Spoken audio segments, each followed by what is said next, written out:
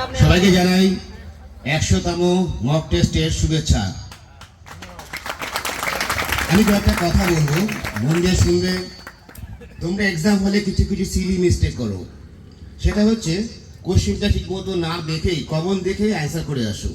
কোনটা হয় কোনটা নয় এটাতে দাস করো না। যেটা আমরা সিনোনিমস আকারে হয়তো পড়িয়েছি সেটা পরীক্ষায় অ্যান্টোনিমস আকারে এসে গেছে, তুমি আর দেখলে না, তুমি ওইটাই ঠিক মেরে আসলে। ভুল হয়।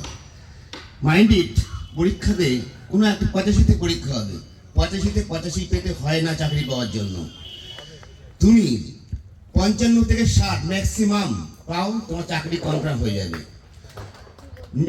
ম্যাক্সিমাম বললাম। আর সবসময় মনে রাখবে, নেগেটিভ করার চেষ্টা কম করবে, যেটা তুমি জানো সেটা সঠিক করবে।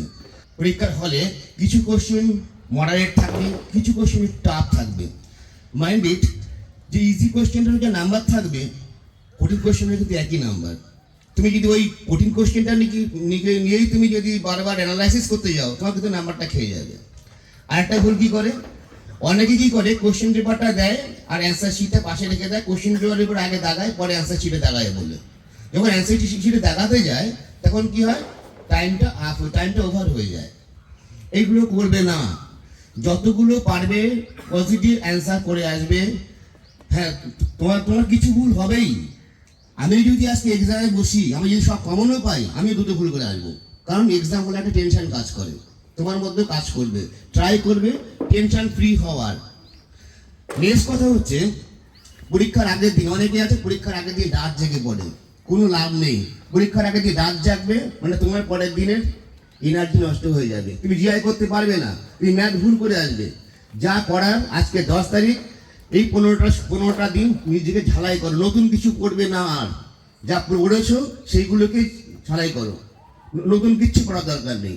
আর যেভাবে আমরা খেটেছি, তোমরা খেটেছো, আমি আশা করি কেউ ফেল করবে না।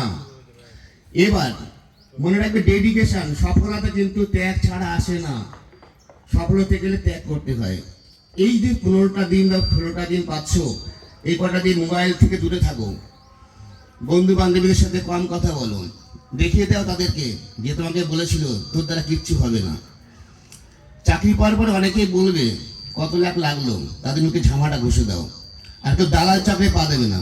বারবার বলছি, কোনো দালাল কোশ্চেন আউট করতে পারবে না। এবার পিআরবি কিন্তু সেইভাবে এক্সাম নেবে।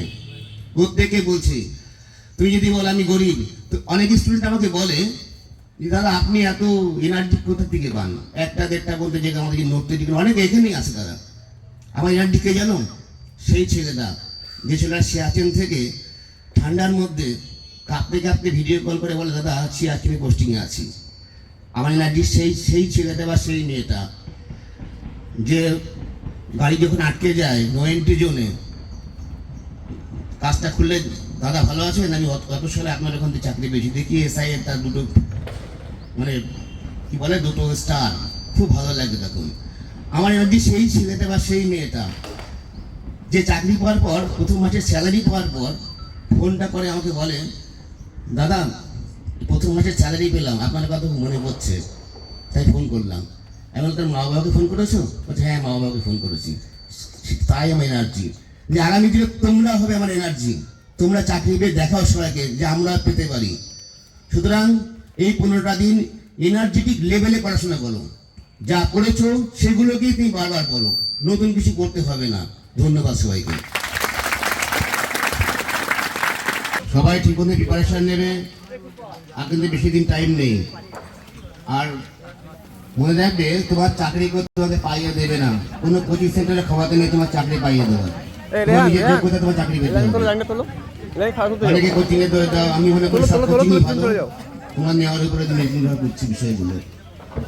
আর একটা জিনিস মনে রাখবে, সাহিত্যতা কখনো সফলতা আটকাতে পারে না। সুতরাং